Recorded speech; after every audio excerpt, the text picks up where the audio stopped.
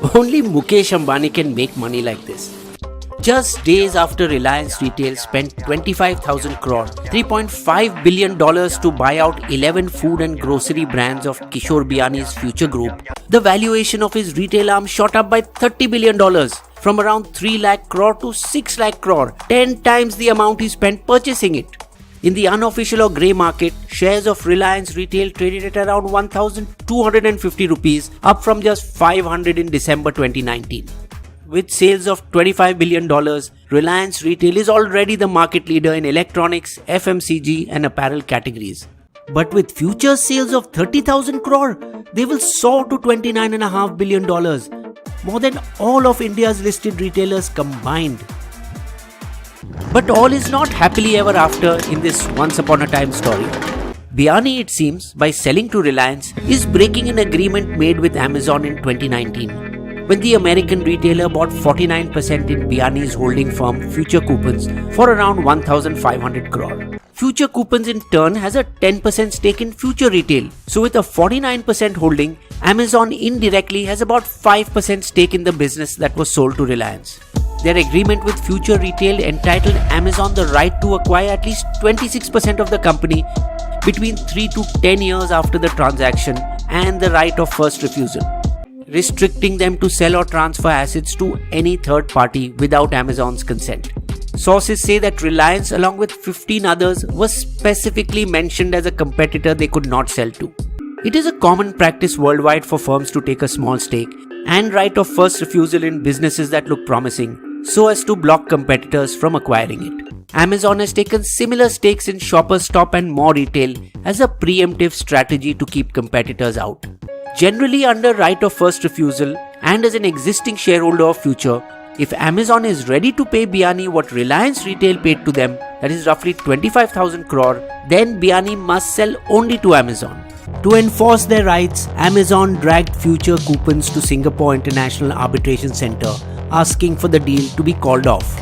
The battle between the world's richest man, Amazon's Jeff Bezos, and Asia's richest man, Mukesh Ambani, is going to take place in India.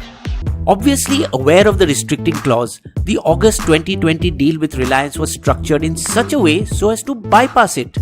Biyani would merge 19 of his companies, including 5 of his listed ones, into Future Enterprises, which currently manages the group's retail back-end infrastructure like warehousing, trucking and delivery.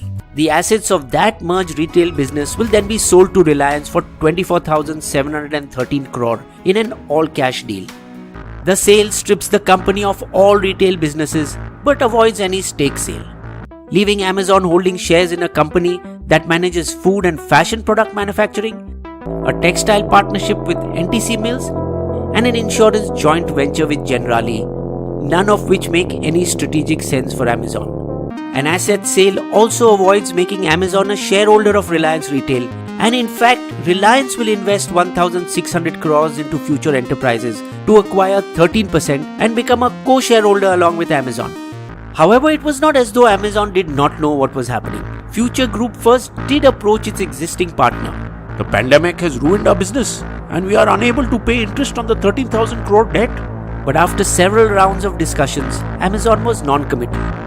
Founded in 1987 as Manswear and later Pantaloon, Kishore Biyani, the father of modern retailing in India, used aggressive pricing to become a retail juggernaut over the past 2 decades. His basic strategy was simple. Future approached garment exporters who manufactured clothes for international brands like Gap, Old Navy, etc. And being the largest buyer of fabric in India, he negotiated favorable prices and credit terms. I will buy 6 million meters of fabric, but I will pay you after 120 days. Then he stretched the payment time still further as much as he could. Customers were happy because Biyani got them international quality chino and cargo trousers at $12.99, $15, which retail for $50 to $70 in America. His sales, however, were strictly on cash or card, that is immediate. So basically, he ran his business on yours and my money, using it to expand his business by opening more and more stores, over 50% of which he bought outright so as to save on rent. A very smart strategy indeed. Taking on debt of 12,000 crore wasn't a problem when he pledged his shares worth over 400 rupees a piece as collateral when Amazon signed the deal last year and the economy was humming. But when their value dropped below 100, he had to pledge additional shares to keep his creditors secured. By mid-2020, he was neck deep, with debt greater than the market value of all his listed companies, which had plummeted 74% within 1 year. Nearly the entire 46% stake held by Biyani and his family in Future Lifestyle was pledged, and over 30% of the 42% stake in Future Retail is also encumbered. COVID was the final nail in his overextended empire, as Biyani lost 7,000 crores during lockdown. There was no way we could have survived. The problem is, rent doesn't stop. Interest on debt doesn't stop. The Reliance deal was heaven sent. Because Ambani agreed to lift Future's entire debt and interest burden till March 31st, 2020, making Biyani richer by 25,000 crore. However, under a non-compete clause, Biyani will have to retire from retail as he and his family members are barred from re-entering the retail space for the next 15 years. Biyani will still be obligated to pay his personal debts amounting to an additional 11,900 crore and interest on the debt of Future Retail from April 1st, 2020 onwards till the deal is concluded. The Future Reliance deal protects banks from a $3.2 billion hit and who are expecting to get their money back in full. But the litigation is making them nervous. Some of whom have already classified the loans as SMA 1 or SMA 2, one step before NPA, non-performing asset, meaning loans due over 90 days, which could impact Future's valuations, possibly putting the deal with Reliance in jeopardy. Already the tension is reflected among bondholders. An overseas 5.6% bond series of Future Retail maturing in 2025 yielded over 50% in mid-November, up from 7.08% on August 31st, just after Reliance announced its acquisition plan, pointing to mounting investor concerns over the fate of the deal. Higher the yield, riskier the debt. Former Solicitor General Harish Salve represented Future Group, while Gopal Subramaniam, another former Solicitor General, represented Amazon at the arbitration, where an emergency single-judge bench was presided over by V.K. Raja, Singapore's former Attorney General, who gave Amazon interim relief by putting the sale on hold. The core assets of Future Retail cannot be compromised without its consent. Future Retail's chains are unique and of strategic value to Amazon. The interim order is valid for 90 days, during which period a final order will be passed. Help! Help! Future argued that Amazon was behaving like a dog in the manger. Amazon was well aware about Future Group's cash position, but it still blocked us from raising money from others. This is malicious in nature. Since Amazon's contractual rights to buy Future Retail shares come into force only after 2022, and there are limitations to Amazon's investment in India's multi-brand retail e-commerce, it offered them a way out. Amazon is open to helping Future Group get a new investor. SIAC therefore asked Amazon to submit a proposal outlining your plans for Future Retail in case the outcome is in your favor. The outcome in SIAC can be challenged in India, as Ranbaxy did when they were penalized $550 million. But the decision was upheld by Indian courts. Future Group has filed a challenge in the Delhi High Court, making Reliance Retail a party to the suit.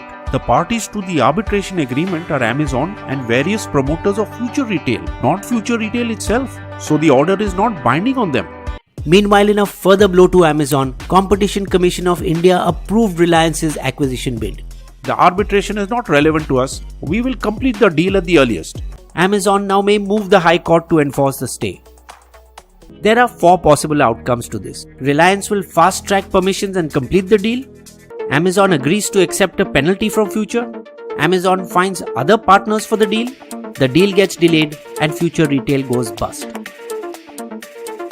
Already rivals are banding together. Within days, Flipkart bought 8% in Aditya Birla Fashion and Retail for 1,500 crore and signed a right of first refusal clause as well. The Tatas are looking to buy a majority stake in Big Basket by paying as much as $500 to $700 million, as well as a substantial stake in 1mg, the online drug retailer.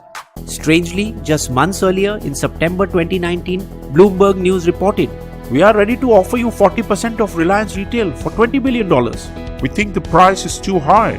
Is Amazon playing a waiting game to see how Reliance Retail plays out? Has Reliance thought through the legal aspects of the deal? And can Biyani save his carefully crafted empire? BISBO's limerick. Biyani sold his retail business to Reliance, but by doing so, he broke an earlier alliance. Amazon took them to court, who said they could not, and asked them to call off the dalliance.